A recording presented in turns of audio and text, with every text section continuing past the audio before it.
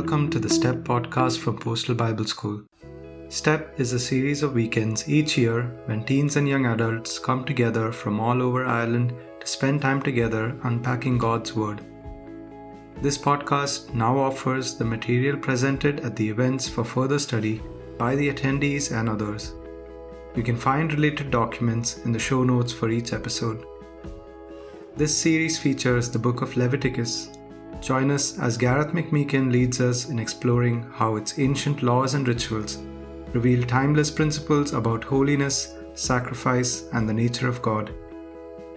Please visit postalbibleschool.ie to find out more about our events and resources.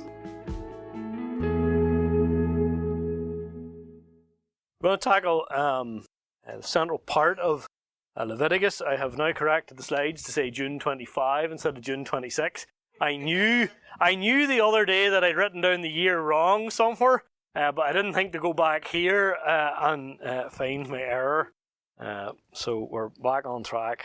So we've thought a little bit about the idea of sacrifice, and we thought a little bit about the idea of cleanliness or holiness, and this idea that we're setting up a system in the wilderness whereby there is a holy place where God can come and kind of have a seat among the people. And we're going to look at the central chapter of Leviticus now, really a lot around chapter 16, where we have that idea of how entrance is made into the presence of the Lord. Just to give a little bit of context to this.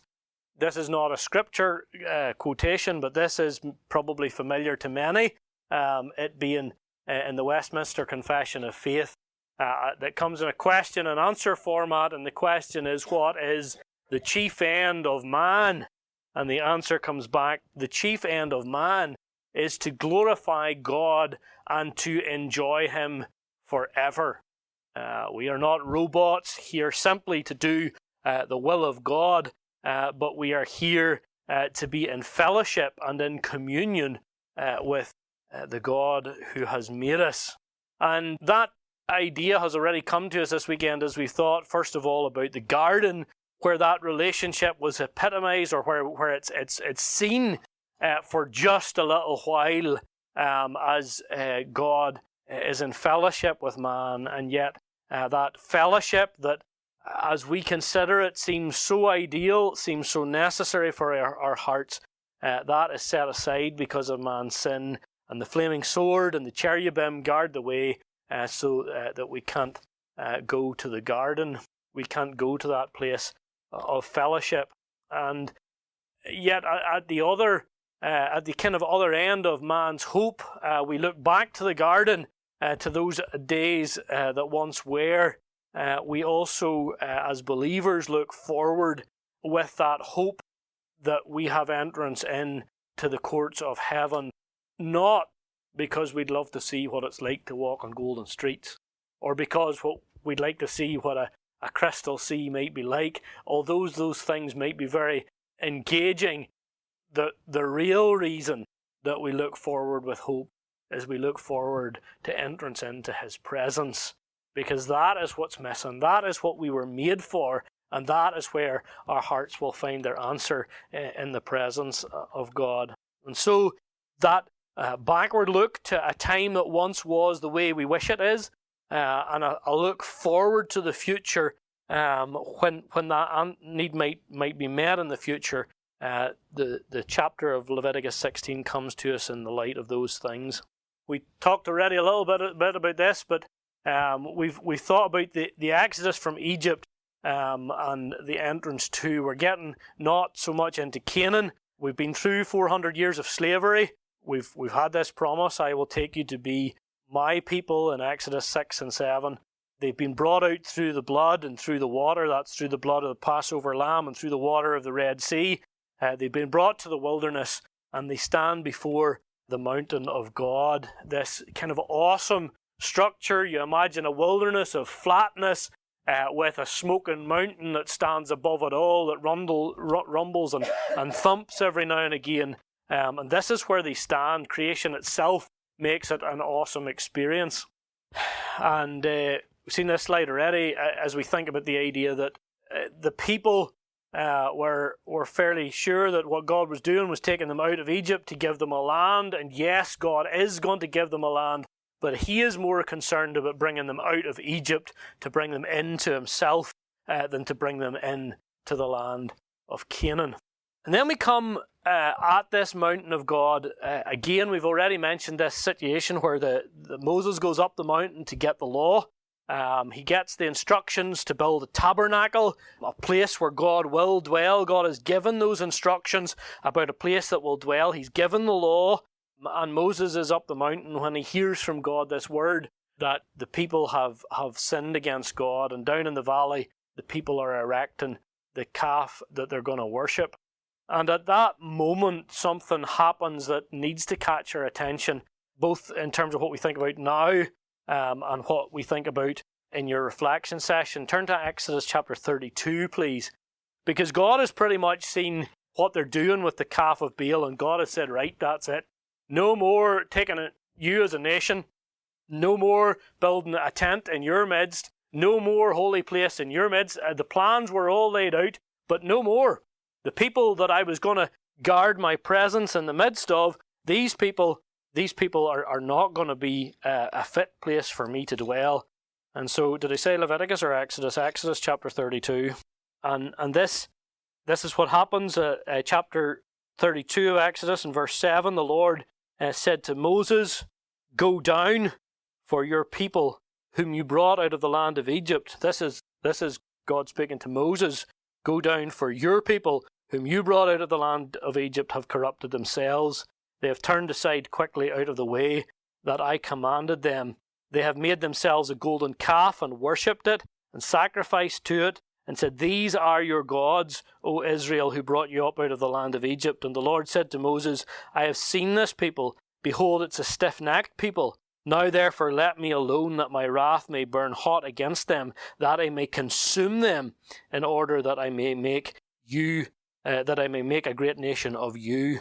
And so here we have a moment where God says, scrap the plans, Moses. You and I are getting along grand. What we're going to do is we're going to scrap the holy nation idea. We're going to scrap the tabernacle idea. And I'm going to make you a nation, and we'll set up another system. We'll forget about the promises that I made to them, and we'll start again. And at that moment, when Moses could have been codded into taking a wonderful opportunity, he remembers that to make a change now is to start and change almost God's nature.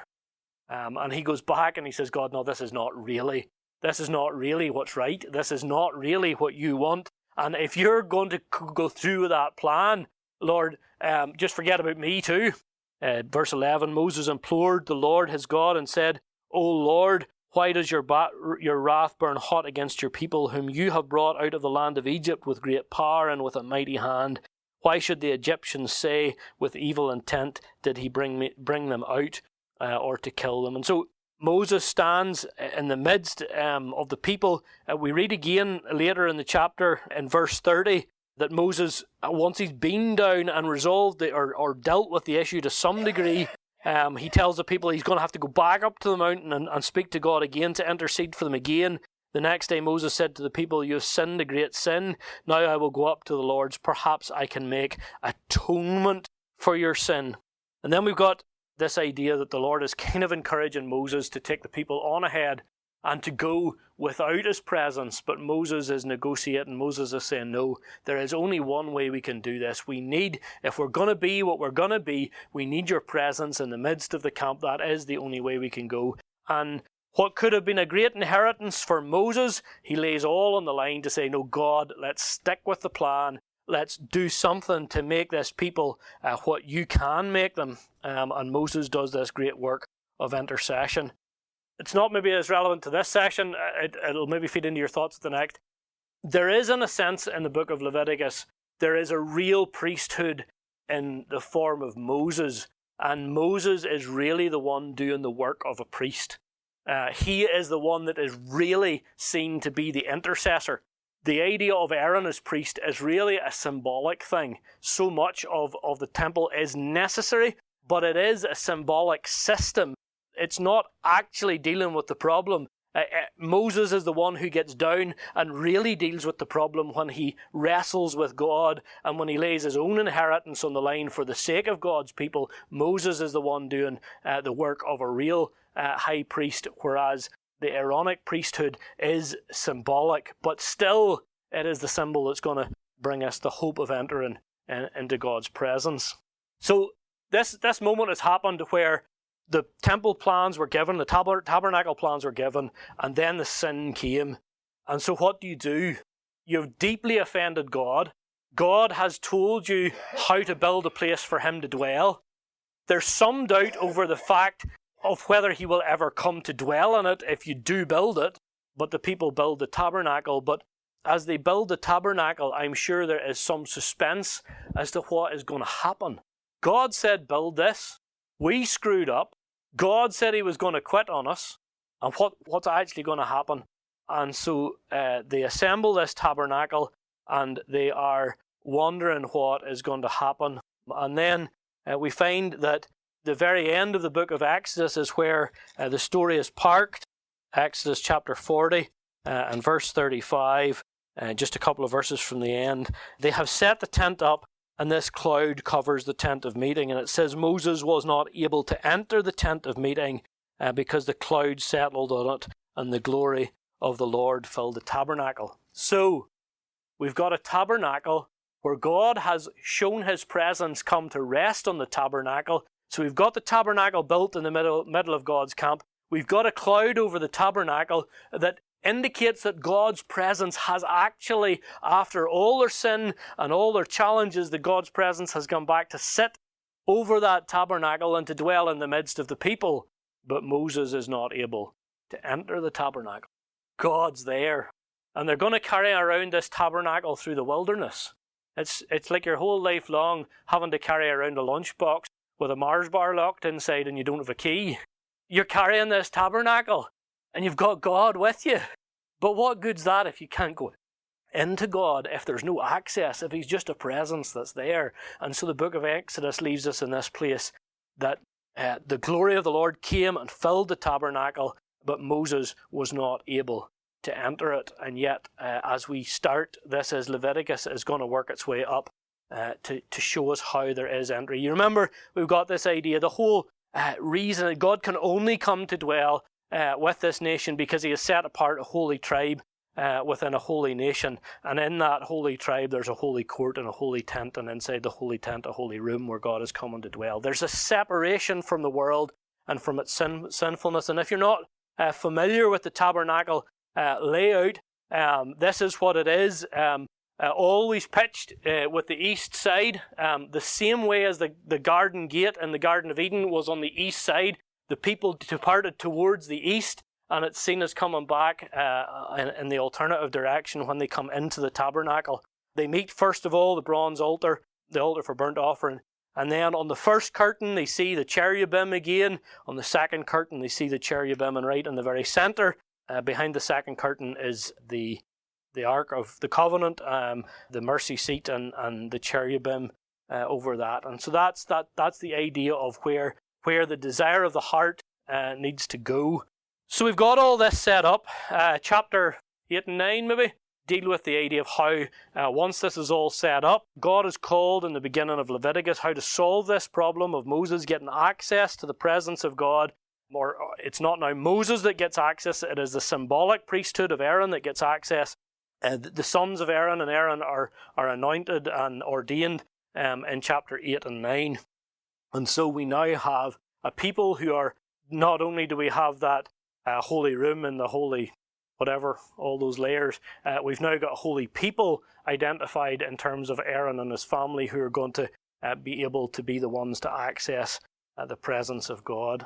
Interesting to note that the term Messiah, which we use in our Bible, which is familiar to us as a name for Jesus, it's familiar as a name that the prophets reused, and the people in Jesus' day were expectant of a Messiah hope. That comes to us first in the Bible in terms of this family who are going to have that special access to the presence of God. In Leviticus 4:3, it says, the priest that is anointed. The priest that is anointed 4 times in the book of Leviticus. And if you look up the word, that is that same idea of an anointed one, of the Messiah. And so this high priest person is pictorial of us, the first real picture of that Messiah who will come and who will give us access to the presence of God. But Aaron, as this anointed one, is allowed into, it seems that at first he's allowed into the holy tent, not the holiest of holies. So he's allowed a certain way. And then perhaps before they fully got the system established, his 2 sons, let's read chapter 10 and verse 1 to 3. His 2 sons decide that they are going to take on themselves a little bit of priestery, and they're going to kindle a few fires and get a few things going. And it says, now Nadab and Abihu, the sons of Aaron, each took his censer and put fire in it and laid incense on it and offered unauthorized fire before the Lord, which he had not commanded them. And the fire came out from before the Lord and consumed them, and they died before the Lord.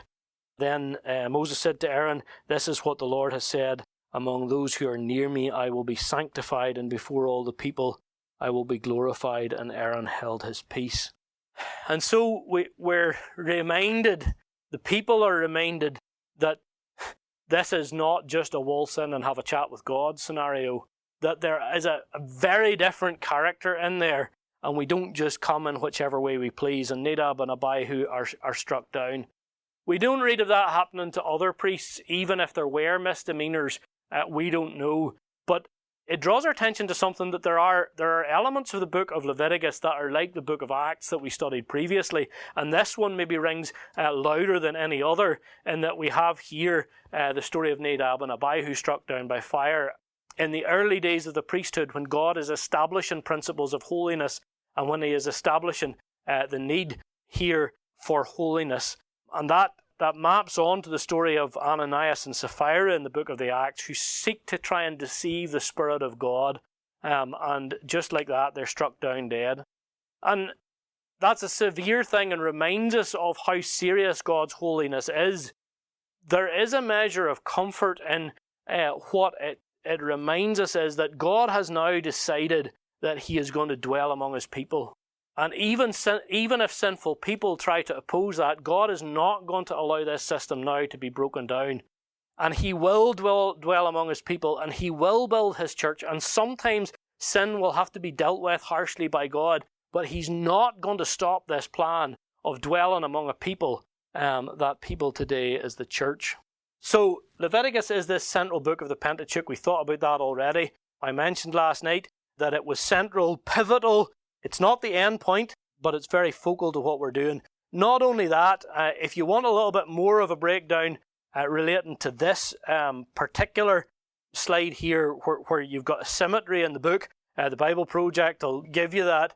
The book is then centered around beginning and end ritual. Just inside that, 2 sections about the priesthood. Just inside that, 2 sections about the purity. And then here in the very center, this idea of the Day of Atonement. So this is actually central to the whole book of the whole set of 5 books of the Pentateuch, this Day of Atonement. And like that, the story does not end with this central part, but it is central in the same way that the cross is central to your story and my story. Without it, there is no story, but it's not the end of the story. That is both the cross of Christ and the Day of Atonement. The Day of Atonement, we hear about it in Leviticus 23, verses 26 and 27. It says, also on the 10th day of the 7th month, there shall be a day of atonement. It shall be a holy convocation unto you, and you shall afflict your souls and offer an offering made by fire unto the Lord. And that feast is a feast that we still hear about people celebrating. Maybe we don't have large Jewish communities here in Ireland that we're familiar with, but still today the Jewish community celebrate this Day of Atonement, which you can possibly read on the slide there, is known by them as Yom Kippur, if I am saying that right. So that term Yom Kippur, which they speak about their feast day as, that is the idea. That is the same word that we translate as atonement. Now, what does atonement mean? Well, if you look back at the book of Genesis, you'll find the term used, make an ark of gopher wood, rooms shall you make in the ark, and you shall pitch it, or atone for it, within and without with pitch. This idea of atonement is the waterproofing of the ark.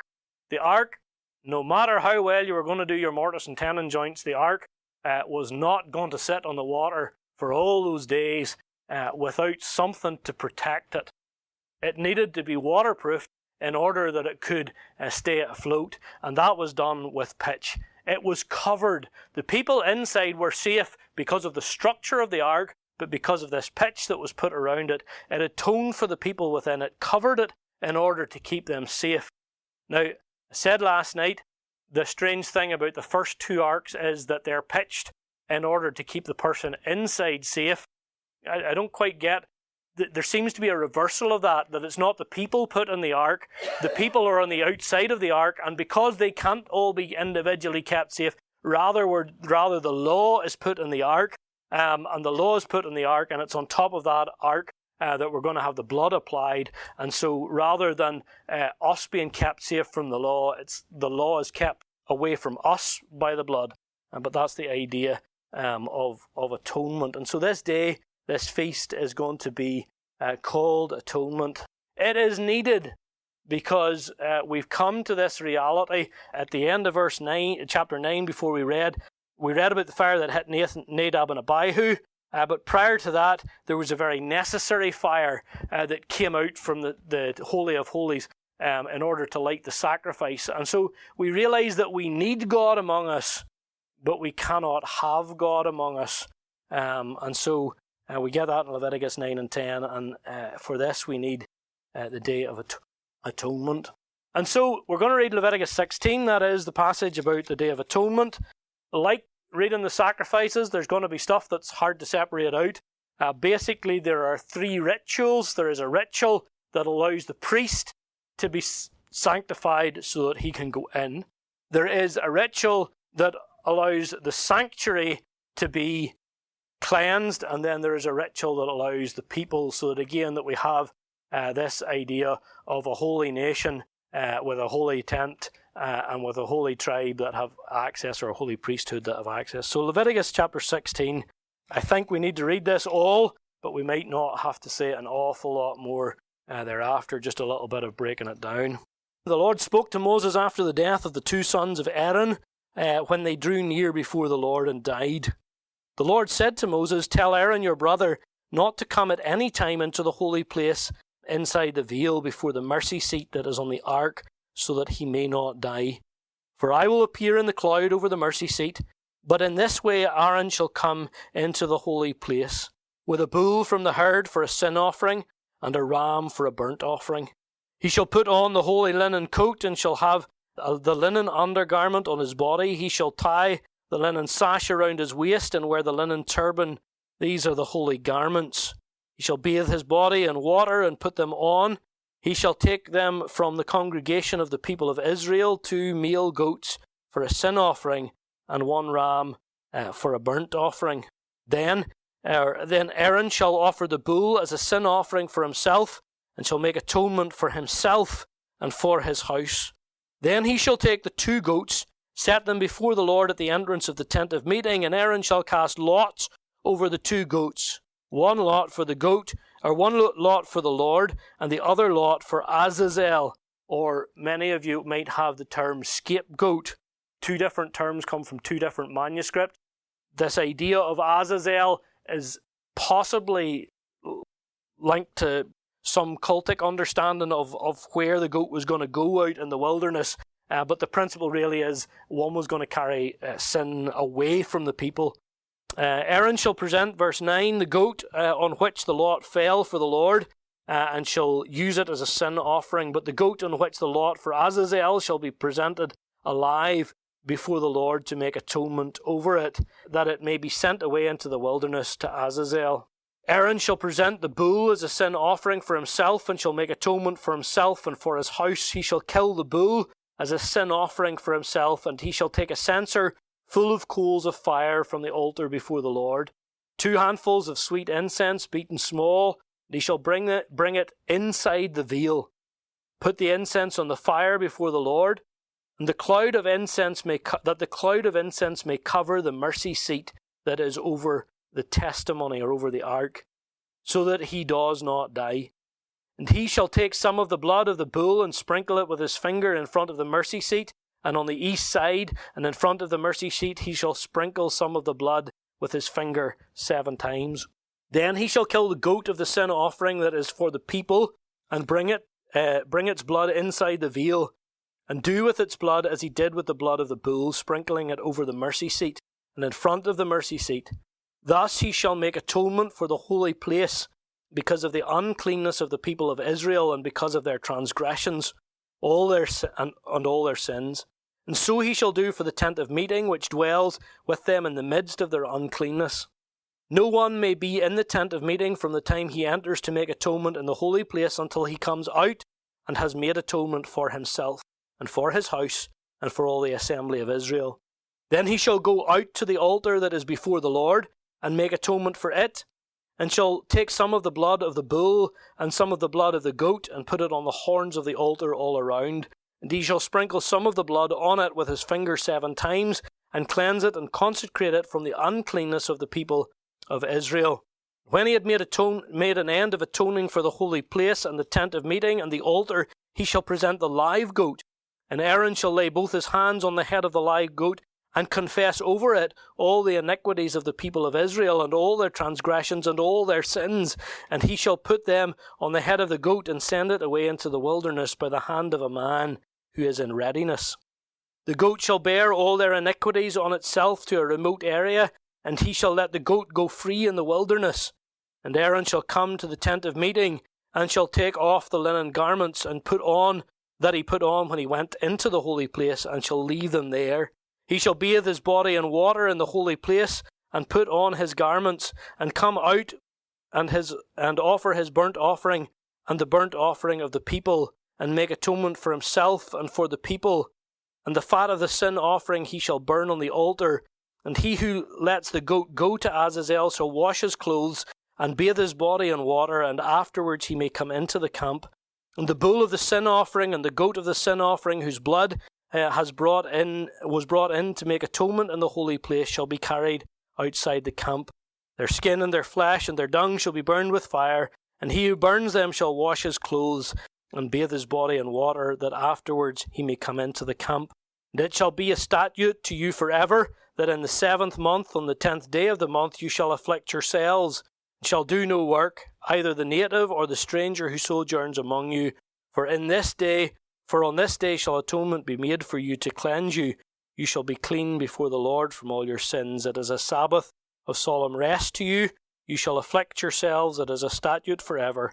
And the priest who is anointed and consecrated as a priest in his father's place shall make atonement, wearing the holy linen garments. He shall make atonement for the holy sanctuary.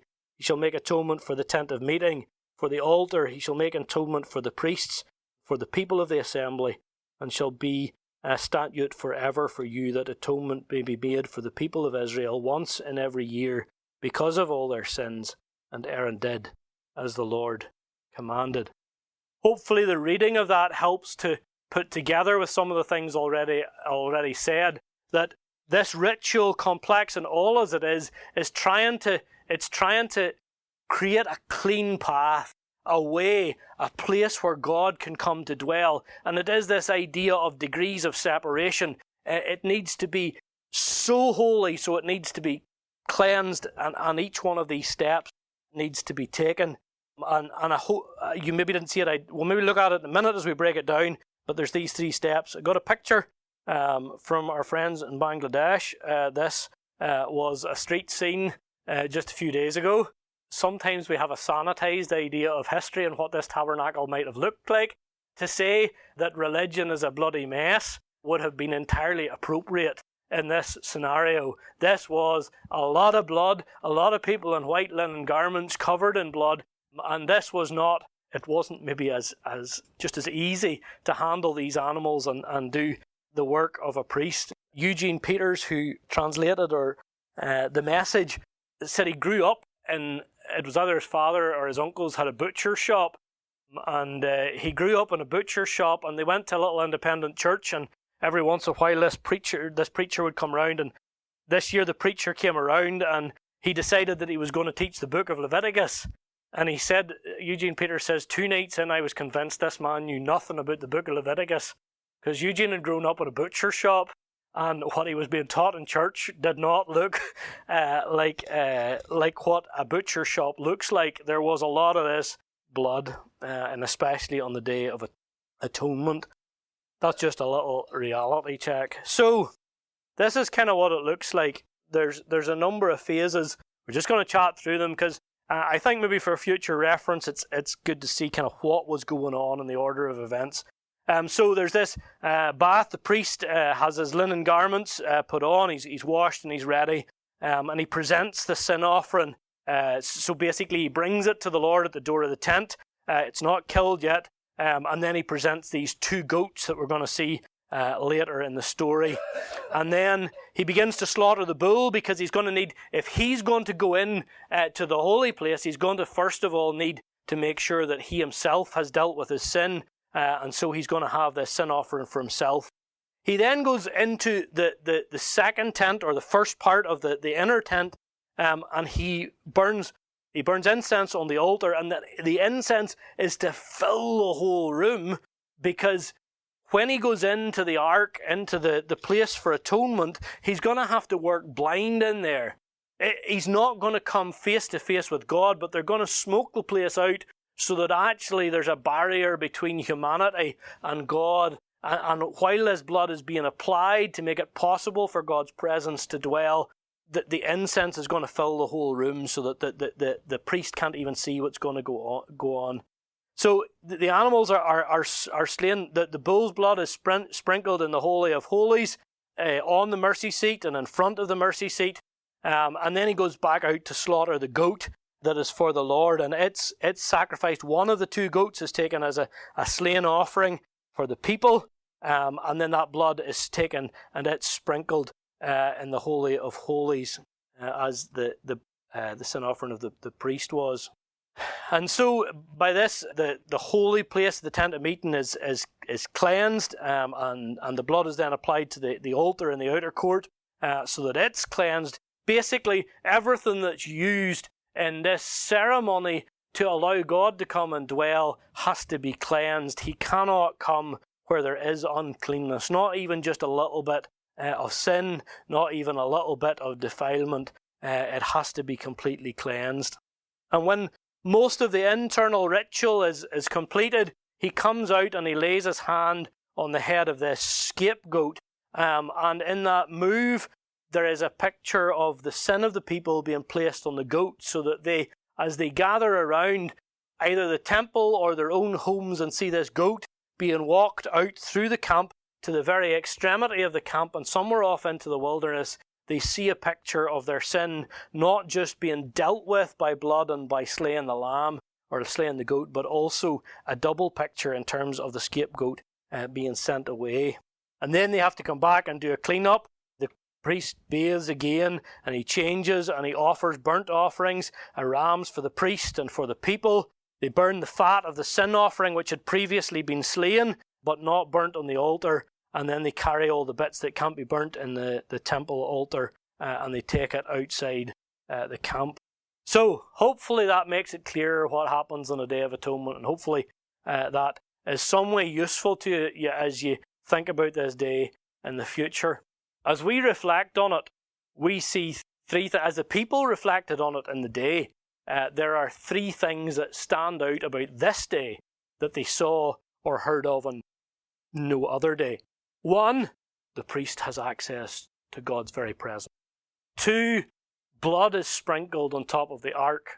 And 3, there is a double picture in the scapegoat sacrifice, where one is slain and one is taken out to the wilderness to carry their sin away. And each of those speaks a little bit to us. We'll think about that in a minute. So people saw this. On the Day of Atonement, some special things happened. They had access, the priest, their representative, had access to the very presence of God. The blood was applied on top of the lid of the ark, and it atoned for sin. There was atonement made. The law was under control on the Day of Atonement. God saw to it that the law wasn't troubling them on that day. And then they've this double picture of sins being carried away and the other lamb being slain. In a picture that the scapegoat set up speaks primarily of that one is slain and the other, but there's also a sense, like the two birds and the leper in the leper story, that one is killed and one goes free.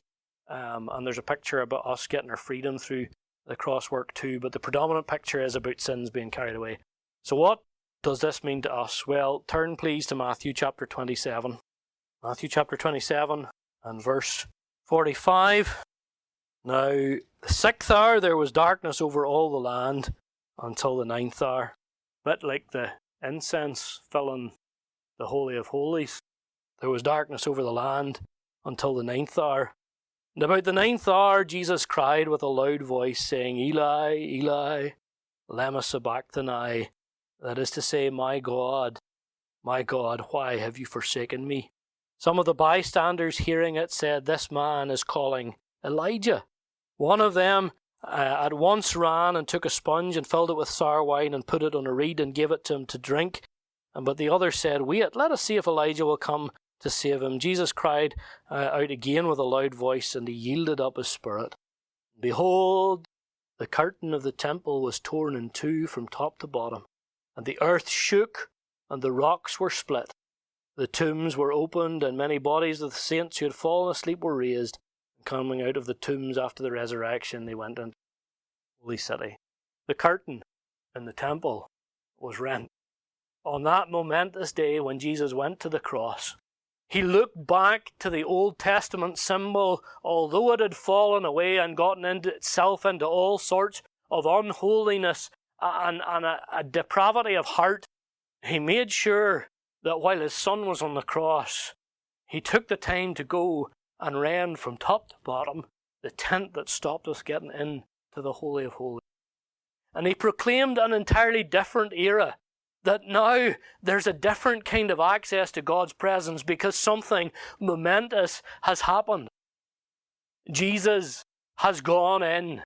He has atoned for sins once and forever. There's going to be no more Day of Atonement.